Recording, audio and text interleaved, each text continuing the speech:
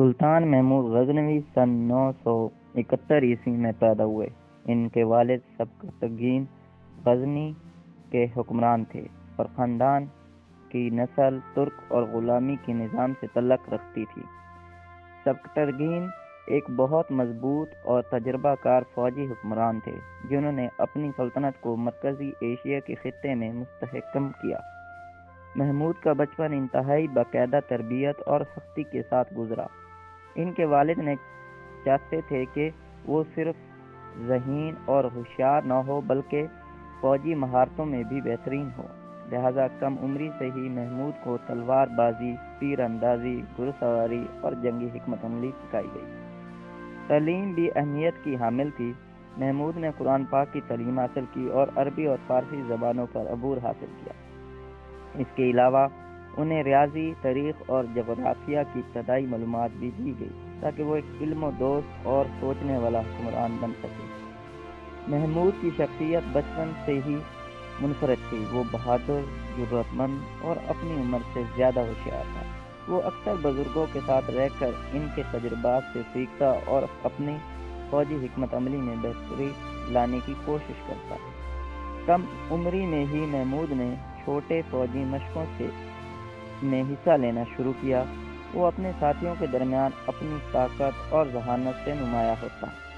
اس دور میں اس کی شہرت اتنی بڑھ گئی کہ اسے اکثر اس کے والد کے ساتھ اہم فوجی مہمات میں شامل کیا جانے لگا۔ سبکتگین کی زیر نگرانی محمود نے صرف جنگی مہارتیں سیکھی بلکہ رہنمائی، نظم و ضبط اور حکومتی انتظامات کی سمجھ بھی حاصل کی۔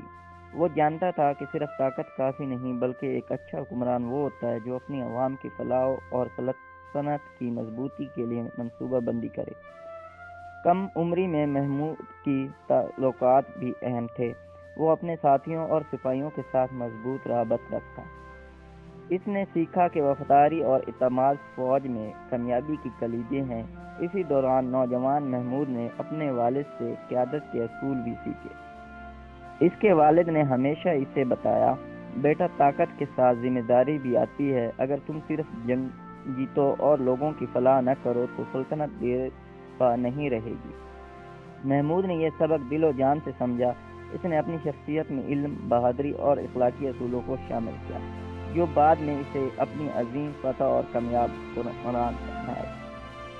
بچپن اور نوجوانی کے یہ سال محمود کے لیے نہایت اہم تھے۔ یہی وہ دور تھا جب اس نے اپنی فوجی مہارت، علم اور حکمرانی کے اصول سیکھے اور مستقبل کے سلطنت کی بنیاد رکھی۔ محمود غزنوی کے والد کی عمر بڑھتی گئی۔ اس کی آنکھوں میں کبھی کبھی وہ بے چینی دکھائی دیتی جو حکمرانوں پر آخری برسوں میں اترتی ہے۔ ریاست میں سازشوں کی بو بڑھنے لگی تھی۔ وزراء، کمانڈر، عمرا سب اگلے حکمران کی طرف نظریں جما رہے تھے۔ ان کے والد کے دو بیٹے تھے، محمود اور اسماعیل۔ محمود سب سے بڑا، تجربہ کار اور عقل مند اور جنگی لحاظ سے مضبوط تھا، مگر رسمی طور پر جانشین اسماعیل کو نامزد کیا گیا۔ دربار کے اندر کھلبلی تھی۔ کچھ لوگ اسماعیل کے ساتھ تھے، کچھ محمود کی صلاحیتوں کے قائل تھے۔ جب سبکتگین وفات کے قریب پہنچا تو سلطنت کے اندر کشیدگی کھل کر سامنے آ گئی۔ اسماعیل نے رسمی وراثت کا اعلان کر دیا، مگر محمود نے اس پر خاموشی اختیار نہیں کی۔ اس کے دل میں یہ یقین تھا کہ اگر حکومت کسی کمزور ہاتھ میں گئی تو اس کے والد کی پوری زندگی کی محنت برباد ہو جائے گی۔ محمود نے اپنے قابل اعتماد سپہ سالاروں کو اکٹھا کیا اور صاف کہا کہ وہ سخت ذاتی خواہش سے نہیں بلکہ سلطنت کی بقا کے لیے چاہتا ہے۔ اس کے چہرے پر غرور نہیں بلکہ سنجیدگی تھی۔ اس کے ساتھیوں کے آنکھوں میں بھی اعتماد جھلکتا تھا۔ دونوں بھائیوں کے درمیان کشمکش بڑھتی گئی۔ اسماعیل نے اپنی پوزیشن مضبوط کرنے کی کوشش کی، مگر عوام، عمرا اور سب سے بڑھ کر فوج محمود کے جذبے، تجربے اور شخصیت سے زیادہ واقف تھی۔ آخر وہ لمحہ آیا جب دونوں کے درمیان فیصلہ کن مقابلہ ہونا ضروری ہو گیا۔ یہ محض طاقت کی جنگ نہیں تھی، یہ مستقبل کی جنگ تھی۔ محمود نے اپنی فوج کو اتنے نظم و ضبط سے ترتیب دیا کہ دیکھنے والے حیران رہ گئے۔ اس کے حکم پر سپاہی خاموشی سے اپنی لائنیں درست کرتے، گھوڑے منتظر رہتے، کمانڈر اپنے دستے سنبھالتے۔ اسماعیل نے بھی اپنی صفیں تیار کیں، مگر اس کی فوج میں وہ سنجیدگی نہ تھی جو محمود کی نظر میں دکھائی دیتی تھی۔ جب میدان میں دونوں بھائی آمنے سامنے ہوئے تو فضا میں خوف، عجیب سا تناؤ اور ایک انجانی لرزش محسوس ہوئی۔ محمود نے جنگ کے آغاز سے پہلے اپنے فوج کے سامنے خطاب کیا۔ اس کی آواز میں مضبوطی تھی، مگر لہجے میں سختی کے ساتھ شفقت بھی تھی۔ اس نے کہا کہ یہ جنگ تخت کی خواہش کی نہیں، عزت کی حفاظت کی ہے۔ جنگ شروع ہوئی اور کچھ ہی دیر میں دونوں لشکروں کے درمیان فیصلہ ہوتا نظر آنے لگا۔ محمود کے سپاہیوں کے نظم و ضبط، کمانڈروں کی حکمت اور خود اس کی جنگ بصیرت نے اسماعیل کی فوج کو پیچھے دھکیل دیا۔ چند گھنٹوں بعد دھول بیٹھنے لگی، فضا میں جنگ کی بو کم ہونے لگی۔ محمود کی فوج فاتح تھی۔ اسماعیل کو گرفتار کیا گیا، مگر محمود نے اسے قتل نہیں کیا۔ اس نے اپنے بھائی کے ساتھ رحم اور وقار کا معاملہ کیا۔ یہاں وہ لمحہ تھا جہاں محمود کی شخصیت کا اصل جوہر سامنے آیا، طاقت کے باوجود رحم۔ جنگ کے بعد دربار میں بڑے بزرگ، امراء، سپہ سالار سب اکٹھے ہوئے۔ محمود نے تخت سنبھالا۔ اس کے چہرے پر فخر نہیں بلکہ ایک عجیب ذمہ داری کا احساس تھا۔ وہ جانتا تھا کہ آج سے اس کی زندگی اس کی اپنی نہیں، لاکھوں لوگوں کی امیدوں کا بوجھ اس کے کاندھوں پر ہے۔ غزنی کی گلیوں میں اس دن جشن تھا، مگر محمود محل کے اندر رات کو کئی دیر تک جاگتا رہا۔ وہ دیوار پر لٹکی تلوار کو دیکھ کر سوچتا رہا کہ وہ جس راستے پر آ چکا ہے اب پیچھے مڑنے کا کوئی امکان نہیں۔ اسے دشمنوں سے نہیں، وقت سے لڑنا ہے۔ اسے اپنے رعایا کے لیے وہ کام کرنے ہیں جو تاریخ یاد رکھے۔ اور یوں محمود بن سبتگین غزنی کا سلطان بنا۔ لیکن یہ صرف آغاز تھا، اصل داستان ابھی شروع ہوئی تھی۔ غزنی کے محل میں تخت گزری کے بعد محمود کے لیے وقت پہلے سے زیادہ تیز رفتار ہو چکا تھا۔ ابھی اس نے اقتدار کی لڑائی سے سانس ہی نہ لی تھی کہ سلطنت کے اطراف کی زمینوں نے جیسے اس کی آزمائش شروع کر دی تھی۔ ہر جانب شور تھی، کوئی سردار بغاوت کر رہا تھا، کوئی ہمسایہ ریاست غزنی کی کمزوری تلاش کر رہی تھی۔ محمود جانتا تھا اگر اسے مستقبل میں بڑے خواب پورے کرنے ہیں تو سب سے پہلے اپنے گھر کو مضبوط کرنا ہوگا۔ اس نے قبضہ سنبھالتے ہی اپنی فوجی پالیسیوں میں اہم تبدیلیاں مترادف کروائیں۔ سپاہیوں کی تنخواہیں بڑھائیں، ان کی تربیت بہتر کی، گھوڑوں کی افزائش کے لیے الگ چراگاہیں بنوائیں اور سلطنت کے اندر بار برداری کے نظام کو تیز کیا تاکہ سپاہ کسی بھی وقت روانہ ہو سکیں۔ اس کے ساتھ ساتھ محمود نے سپہ سالاروں کے درمیان ایسا نظم قائم کیا کہ ہر ایک اپنی حد سے تجاوز نہ کرے اور ہر شخص جان لے کہ سلطنت میں صرف ایک ہی مرکز ہے، غزنی، اور ایک ہی مرکز کی قوت ہے، محمود۔ اس کی ان اقدامات نے کچھ ہی مہینوں میں سلطنت کی بنیادیں مضبوط کر دیں۔ صرف اندرونی انتظام نہیں بلکہ اس کے دل و دماغ میں باہر کی سمت بھی ایک لہر اٹھ رہی تھی۔ وہ محسوس کرتا تھا کہ غزنی ایک چھوٹا سا شہر نہیں رہے گا بلکہ ایک دن یہ دنیا کی سب سے بڑی اسلامی طاقتوں میں شمار ہوگا۔ ان دنوں خراسان اور سستان میں بھی سیاسی ہلچل جاری تھی۔ کچھ سردار سامانیوں کے زوال کا فائدہ اٹھانا چاہتے تھے۔ محمود نے صورتحال کو قریب سے دیکھا اور انتہائی حکمت کے ساتھ مہمات کا آغاز کیا۔ پہلا ہی سال اس کی قیادت میں کئی علاقے واپس غزنی کے اقتدار میں آ گئے۔ محمود جہاں جاتا اس کی فوج منظم صفوں میں آگے بڑھتی، نعرے گونجتے اور اس کی موجودگی سے سپاہیوں کے حوصلے بلند ہو جاتے۔ دشمن سمجھتے کہ شاید وہ صرف ایک نوجوان حکمران ہے، مگر جب اس کے حملے کی رفتار اور منصوبہ بندی دیکھتے تو میدان چھوڑ کر بھاگ جاتے۔ ایک مہم کے دوران جب اس نے خوارزم اور سستان کے بغاوتوں کے مؤثر طریقے سے ختم کیا تو اس کی شہرت پورے خطے میں پھیل گئی۔ تاجر، عالم اور سپاہی ہر جگہ اس کے نام کا ذکر کرتے۔ اس کی انتظامی قابلیت لوگوں کو حیران کرتی تھی۔ وہ جنگ کے بعد فوراً ہی علاقوں میں نظم و نسق قائم کرتا، انصاف کا انتظام بہتر کرتا اور مقامی لوگوں کے دلوں میں احترام قائم کرتا۔ یہی وجہ تھی کہ غزنی رفتہ رفتہ علم و فن کا مرکز بنتا جا رہا تھا۔ اب محمود نے اپنی سلطنت کی بنیادیں اس قدر مستحکم کر لی تھیں کہ وہ پہلی بار اس سمت دیکھنے لگا جس کے بارے میں وہ بچپن سے سن رہا تھا۔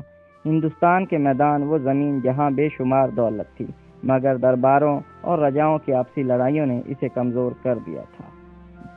محمود جانتا تھا کہ اگر وہاں کی کمزوریوں سے فائدہ نہ اٹھایا گیا تو دوسرے حمل آور طاقتیں اس سے پہلے پہنچ جائیں گی۔ اس نے اپنے سپہ سالاروں کو جمع کیا اور ہندوستان کے راستوں، دروں اور قلعوں کے متعلق معلومات اکٹھی کرنی شروع کر دی۔ خراسان اور کابل کے قبائل سے معلوم ہوا کہ ہندوستان میں جے پال نامی شاہی حکمران اس سے سخت نفرت رکھتا ہے اور غزنی کے پھیلاؤ کو اپنے لیے خطرہ سمجھتا ہے۔ شاہ جے پال نے محمود کے خلاف پہلے ہی ایک لشکر تیار کر لیا تھا اور بعض سرحدی علاقے میں چھپڑ چھاڑ بھی شروع کر دی تھی۔ محمود نے اس صورتحال کا نہایت سکون سے جائزہ لیا۔ وہ جانتا تھا کہ اگر وہ پہلے حملہ نہیں کرے گا تو دشمن اپنی جگہ مزاحمت قائم کر لے گا، اور اس نے فیصلہ کیا ہندوستان کا پہلا دروازہ پنجاب کے راستے کھولے گا، اور یہ دروازہ شاہ جے پال کے تخت کو ہٹا کر ہی کھولے گا۔ اسی دوران غزنی میں ایک غیر معمولی واقعہ ہوا جس نے محمود کے مستقبل پر گہرا اثر ڈالا۔ بغداد کے خلیفہ القادر نے محمود کو ایک خصوصی خط بھیجا جس میں اسے اسلامی دنیا کے عظیم ترین محافظین میں شمار کیا گیا۔ اس خط نے نہ صرف محمود کی حوصلہ بلند کیے بلکہ اسے اپنے مشن کے لیے ایک مذہبی اور سیاسی جواز بھی ملا۔ محمود نے جان لیا کہ اب اس کی جنگیں صرف علاقائی نہیں رہی بلکہ ایک مذہبی رنگ بھی اختیار کر گئیں۔ ان دنوں محمود کا محل سیاسی سرگرمیوں کا مرکز بنا ہوا تھا۔ درباری وزراء اور سفیر اس کے گرد موجود رہتے، کوئی خراسان سے پیغام لاتا تو کوئی ماورا النہر سے خبریں۔ محمود ہر اطلاع کو سنجیدگی سے سنتا اور فیصلہ کرتا اسے کب مہم پر جانا ہے، کس محاذ کو تقویت دینی ہے اور کس دشمن کی پیش قدمی کو روکنا ہے۔ وہ ہر صبح طلوع آفتاب سے پہلے اٹھ کر فوجی مشقیں دیکھتا، پھر علماء سے ملاقات کرتا اور دوپہر کے بعد وزراء کے ساتھ ریاستی معاملات طے کرتا۔ آخر وہ دن آ گیا جب محمود نے اپنی تاریخ ساز ہندوستانی مہم کا آغاز کرنے کا فیصلہ کیا۔ اس نے غزنی کی زمین سے باہر نکل کر پہلی بار اس سرزمین کی طرف رخ کیا جہاں بے شمار خزانے، مضبوط قلعے اور بہادر دشمن اس کا انتظار کر رہے تھے۔ اس کی فوج منظم قطاروں میں پہاڑوں اور دروں سے گزرنے لگی۔ سرد ہوائیں چل رہی تھی مگر سپاہیوں کے دلوں میں آگ تھی۔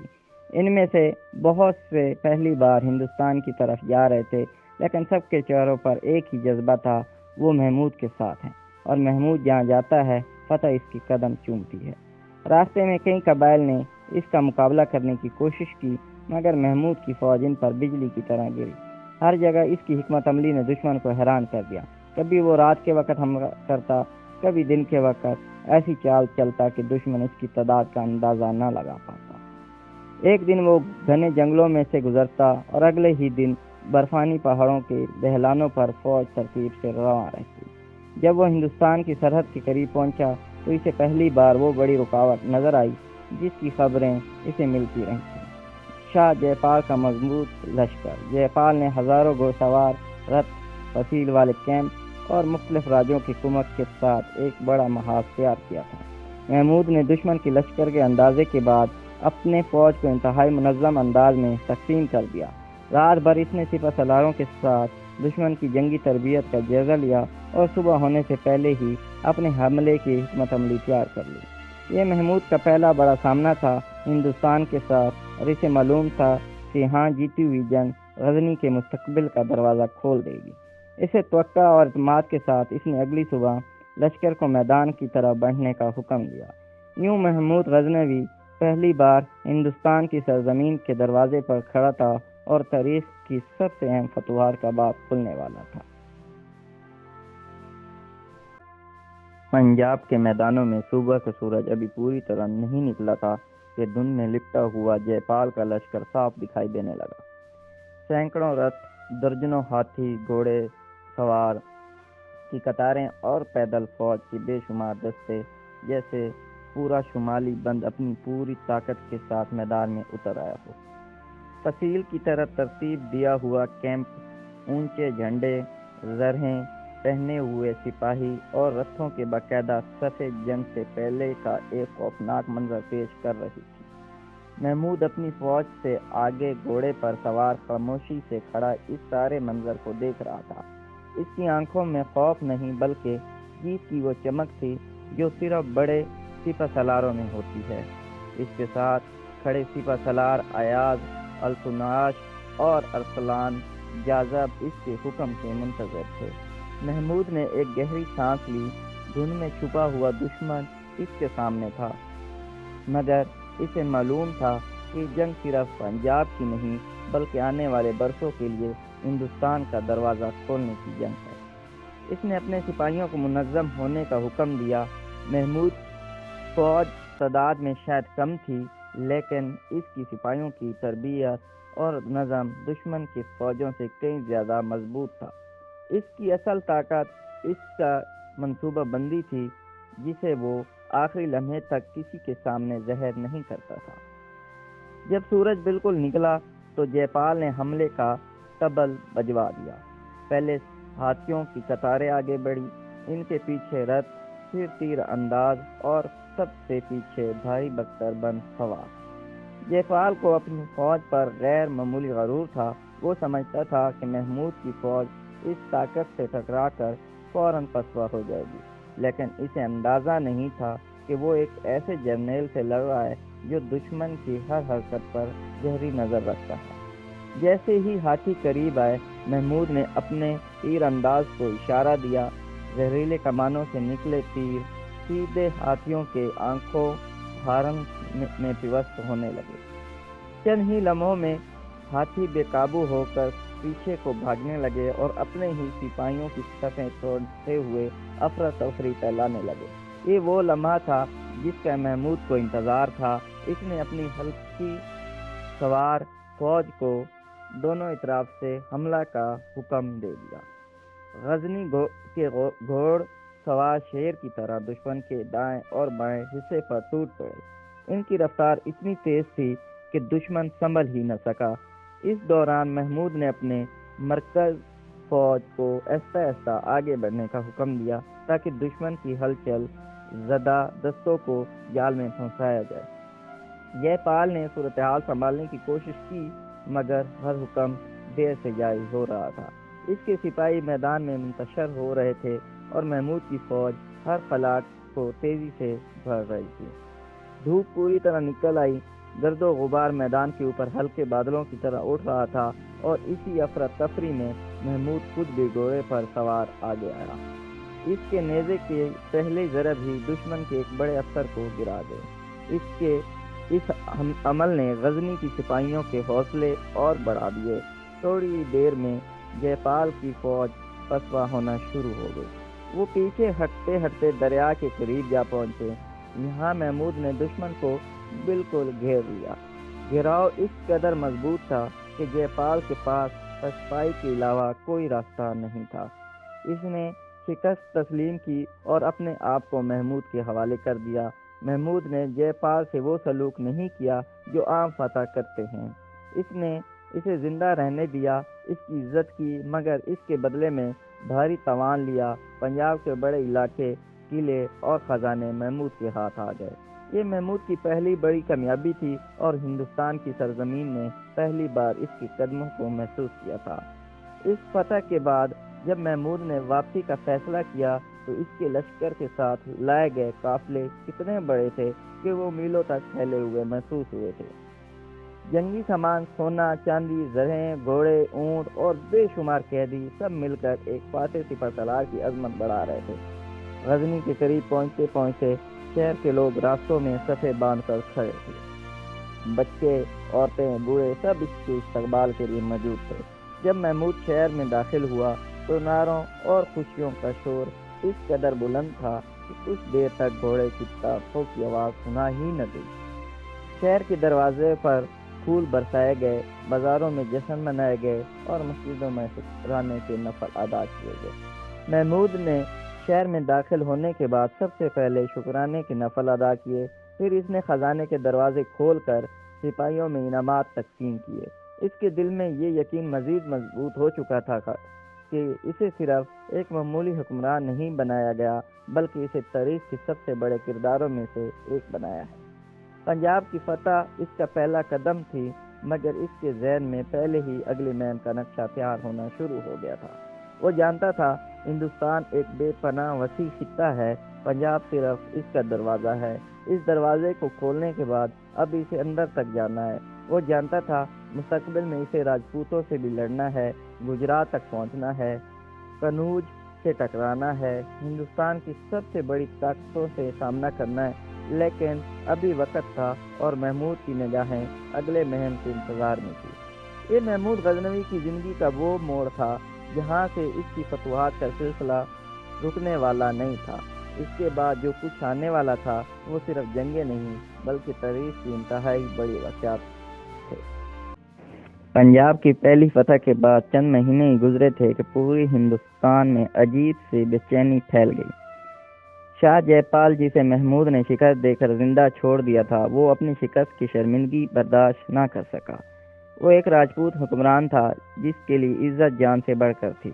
شکست اس کے لیے صرف جنگ ہار جانا نہیں تھی، بلکہ اپنے خاندان، اپنے قوم اور اپنے آباء و اجداد کی روایات سے منہ موڑنے کے برابر تھی۔ کچھ وقت تک وہ خاموش رہا، لیکن پھر ایک دن اس نے اپنی ہی دربار میں الاؤ جلوا کر اس میں کود کر جان دے دی۔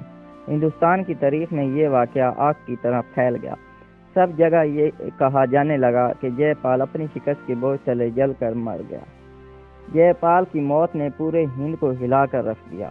اس کے بیٹے آنند پال نے فوراً تخت سنبھالا، مگر اسے پتہ تھا کہ یہ تخت صرف زیور نہیں بلکہ ایک جلتا ہوا بوجھ ہے۔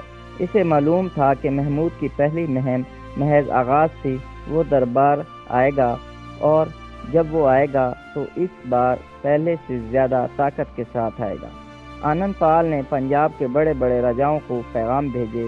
کنوج، دلی، اجین، گولیار اور اجمیر اور سندھ تک اس نے سفیروں کو بھیجا کہ محمود کے خلاف سب راجے مہاراجے مل کر ایک طاقتور اتحاد بنائیں۔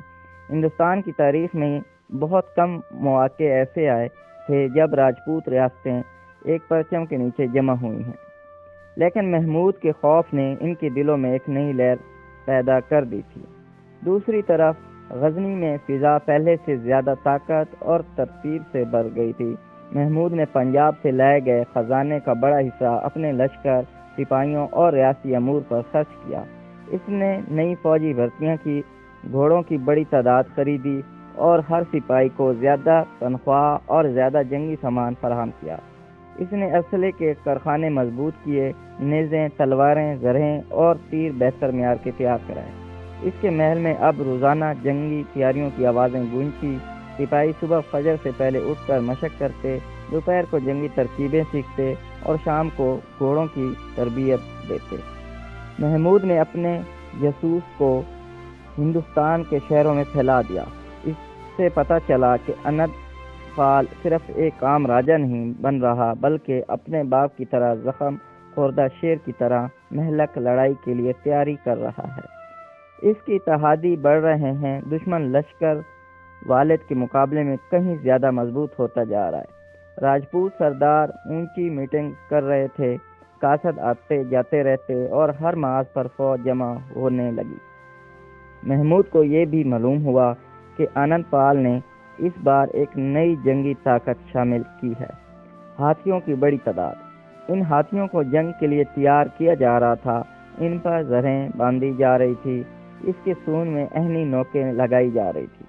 ہندوستان کی جنگوں میں ہاتھی ہمیشہ مرکزی کردار رکھتے تھے، اور محمود جانتا تھا کہ اگر اس بار اس نے ہاتھیوں کی یلغار روکنے کے لیے خاص انتظام نہ کیا تو جنگ بڑی مشکل ہو سکتی ہے۔ اسی تیاریوں کے درمیان محمود نے ایک اور قدم اٹھایا۔ اس نے خلیفہ بغداد کو خط لکھ کر ہندوستان میں ہونے والی جنگوں کے بارے میں بتایا۔ جواب میں خلیفہ نے اسے یمین الدولہ اور امین الملا کے عظیم خطبات سے نوازا۔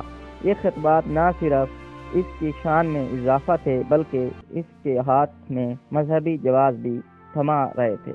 پوری غزنی میں یہ خطابات اسے گونجے جیسے کسی بہت بڑے فاتح کو تاج پہنایا گیا ہو۔ ادھر ہندوستان میں آنند پال نے اپنی فوج کو لاہور کے قریب اکٹھا کرنا شروع کیا۔ یہ علاقہ اس کے لیے سیاسی طور پر بھی اہم تھا اور فوجی لحاظ سے بھی دریائے چناب اور دریائے راوی کے درمیان اس کی پوزیشن مضبوط بنتی جا رہی تھی۔ اس نے راجپوتوں کے پرچم بلند کرا دیے، طبلے بجنے لگے، سپاہیوں کو جنگی رقص سکھایا جانے لگا اور میدان میں ہاتھیوں کی دھاڑیں گونجنے لگیں۔ ادھر محمود نے بھی فیصلہ کر لیا کہ اب وہ دوسری مہم کے لیے روانہ ہوگا، لیکن اس بار اس کا انداز پچھلی بار سے بہت مختلف تھا۔ وہ جانتا تھا کہ دشمن متحد ہے، بڑا ہے، عددی برتری رکھتا ہے، مگر محمود کی اصل طاقت سپاہ کی تعداد نہیں تھی، اس کی اصل طاقت اس کی عقل و رفتار اور چال تھی۔ وہ جب جنگ لڑتا تو دشمن اس کی رفتار کا اندازہ نہیں لگا سکتا تھا، وہ جب پیچھے ہٹتا تو دشمن سمجھتا کہ وہ خوفزدہ ہے، مگر اصل میں وہ دشمن کو آگے کھینچ رہا ہوتا تھا۔ وہ جب حملہ کرتا تو دشمن حیران رہ جاتا، یہ فوج کب اور کہاں سے نکل آئی۔ محمود نے قندھار، غزنی، کابل اور بسط کے علاقوں میں فوجیں اکٹھی کی، ہزاروں کی تعداد میں گھوڑے خریدے گئے، تیز رفتار سواری دستے تیار کیے گئے جو دشمن کے دائیں اور بائیں حصوں کو توڑنے میں ماہر تھے۔ تیر اندازوں کو خاص تربیت دی گئی کہ وہ ہاتھیوں کو روکنے کے لیے کسی طرح نشانہ لگائیں۔ نیزہ برداروں کو ڈھالوں کے ساتھ ایسی ترتیبیں سکھائی گئی کہ وہ ہاتھیوں کے حملے کو روک سکیں۔ محمود نے اس بار جنگ سے پہلے اپنے سپاہیوں کو اس قدر تیار کیا کہ وہ جان چکے تھے کہ آگے بہت بڑی ٹکر ہونے والی ہے۔ جب سب تیاریاں مکمل ہو گئیں تو محمود نے اپنی فوج کو روانہ ہونے کا حکم دیا۔ یہ قافلہ پچھلی مہم کے مقابلے میں دگنا بڑا تھا۔ جیسے جیسے محمود اپنے لشکر کے ساتھ پہاڑوں اور دروں سے گزرتا، فضا میں اس کی نعروں کی گونج سنائی دیتی۔ سپاہی نعرے لگاتے اور گزرتے ہوئے ہر قبیلے پر اس کی ہیبت بیٹھتی جاتی۔ ادھر ہندوستان میں آنند پال کو خبر ملی کہ محمود پھر سے چڑھائی کے لیے آ رہا ہے۔ اس نے اپنی فوج کو دریائے چناب کے قریب سب سے مضبوط مقام تک لے آیا۔ ہزاروں ہاتھی، لاتعداد گھڑ سوار، عام سپاہی، راجاؤں کی کمک اور جنگی ساز و سامان پہلے سے کہیں زیادہ تھا، مگر ہندوستان والوں کو اب بھی محمود کی رفتار اور چالوں کا صحیح اندازہ نہیں تھا۔ ایک شام جب آنند پال اپنے دربار میں سپہ سجا کر بیٹھا ہوا تھا کہ اچانک خبر آئی کہ محمود کی فوج ان کے اندازے سے کہیں زیادہ تیزی سے آگے بڑھ رہی ہے۔ ابھی انہوں نے دفاعی پوزیشن مکمل بھی نہیں کی تھی کہ محمود دریائے چناب تک پہنچ چکا تھا۔ اس خبر نے آنند پال کے لشکر میں بے چینی پیدا کر دی۔ سب راجاؤں اور سرداروں نے مشورہ شروع کیا، لیکن محمود کی رفتار نے انہیں سوچنے کے وقت بھی نہ دیا۔ دونوں فوجیں ایک بڑے مارکے کے لیے تیار تھیں۔ حریف جانتی تھی کہ یہ ٹکر صرف دو حکمرانوں کے درمیان نہیں تھی، بلکہ یہ فیصلہ کرنے والی تھی کہ آنے والے طویل عرصے تک ہندوستان کا شمال کس کی زیر حکم رہے گا۔ یہ مارکہ محمود کے لیے اس کی فتوحات سے کے اگلے دروازے کھولنے والا تھا، اور آنند پال کے لیے یہ صرف جنگ نہیں بلکہ اپنے باپ کی موت کا بدلہ تھا۔ یہ وہ لمحہ تھا جب تاریخ اپنے آپ کو بدلنے کے لیے تیار تھی۔ محمود غزنوی اپنی سلطنت کے آخری برسوں میں سیاسی طاقت، علمی عظمت اور فوجی شان کے اعلیٰ ترین مقام پر پہنچ چکے تھے۔ غزنی اس دور میں علم، تجارت اور تہذیب کا مرکز بن چکا تھا۔ محل میں دور دور سے علماء، سپاہی، سفیر اور تاجر آتے۔ محمود وسیع سلطنت کا حکمران ہونے کے ساتھ ساتھ علم دوست شخصیت بھی تھے۔ ان کے دربار میں البیرونی، فردوسی، طوسی اور کئی عظیم اہل علم موجود تھے، جن کی سرپرستی نے غزنی کو دنیا کے ایک اہم علمی ریاست بنا دیا تھا۔ البیرونی کتاب الہند لکھنے میں مصروف تھے، جس کے لیے محمود نے ہندوستانی شہروں اور مذہبی مراکز تک رسائی دی۔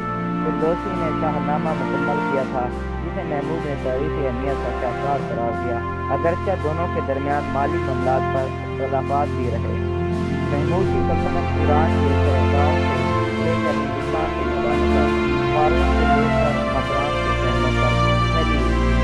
بہت مضبوط، منظم اور تجربہ کار تھی، مگر شہزادوں مسعود اور محمد کے درمیان اختلافات میں محمود کے دل میں تشویش پیدا ہوئی۔ عمر بڑھنے کے ساتھ ان کی صحت کمزور ہوتی جا رہی تھی، مگر وہ تاحیات ریاست میں مستقل چلانا چاہتے تھے۔ انہوں نے برسوں میں محمود سومناتھ کے مندر کی طرف ہوئی۔ سومناتھ کا تعلق گجرات کے شہر سے تھا، جہاں مندر دولت، سونے، قیمتی جوہرات اور بے شمار نذرانوں سے مالا مال تھا۔ محمود کے لیے یہ مہم صرف جنگی کامیابی نہیں بلکہ سیاسی اور مذہبی حیثیت بھی رکھتی تھی۔ وہ ہزاروں کلومیٹر کا سفر طے کر کے سومناتھ پہنچے۔ مندر کے دروازے فولادی تھے، دیواریں سنگ مرمر کی تھیں اور اندر ہزاروں پجاری جمع تھے۔ محمود کی فوج نے شدید لڑائی کے بعد مندر کو فتح کیا۔ تاریخی روایات کے مطابق مندر کا شنکر مجسمہ توڑا گیا، خزانے ضبط ہوئے اور مندر کی گھنٹیوں اور سونے کے دروازوں کو غزنی لے جایا گیا۔ اس مہم نے محمود کی شہرت کو اسلامی دنیا میں مزید بلند کیا۔ اس فتح کے بعد محمود کو فاتح سومناتھ کہا گیا اور غزنی کے خزانے میں بے پناہ دولت داخل ہوئی، جسے انہوں نے فوج، تعمیرات اور علمی منصوبوں پر خرچ کیا۔ غزنی کی تعمیرات میں اس دور میں بے شمار مساجد، باغات، نہری نظام اور کاروانِ صحرائے شامل ہوئے۔ محمود کے دور میں شہر کی رونق اپنے عروج پر تھی، مگر دوسری طرف ریاست کے مغربی حصوں میں سلجوق ترک ابھر رہے تھے۔ یہ وہ قوت تھی جو مستقبل میں پورے خطے کو تبدیل کر دینے والی تھی، اور محمود اس تبدیلی کو آنے سے پہلے ہی محسوس کر چکے تھے۔ محمود کی صحت آخر کار اس حد تک گر گئی کہ وہ گھوڑے پر سفر نہیں کر سکتے تھے۔ سانس کی تکلیف اور بخار ان کے ساتھ رہنے لگے۔ آخری برسوں میں انہوں نے کئی بار اپنے فوج، وزیروں اور شہزادوں کو بلا کر ریاست کی وحدت قائم رکھنے کی نصیحت کی، مگر وہ جانتے تھے کہ ان کے بعد معاملات آسان نہیں ہوں گے۔ آخر کار ایک سرد رات قرآن کی تلاوت کے درمیان محمود غزنوی نے سکون سے اپنی جان خالق حقیقی سپرد کر دی۔ وہ 32 سال کی حکومت کرتے رہے اور دنیا کی تاریخ میں ایک مستقل مقام حاصل کر گئے۔ وہ صرف ایک جنگجو نہیں تھے، وہ ریاست کے معمار، علم کے سرپرست، فنون کے قدردان اور ایک ایسی سلطنت کے بانی تھے جس نے آنے والی کئی نسلوں کو متاثر کیا۔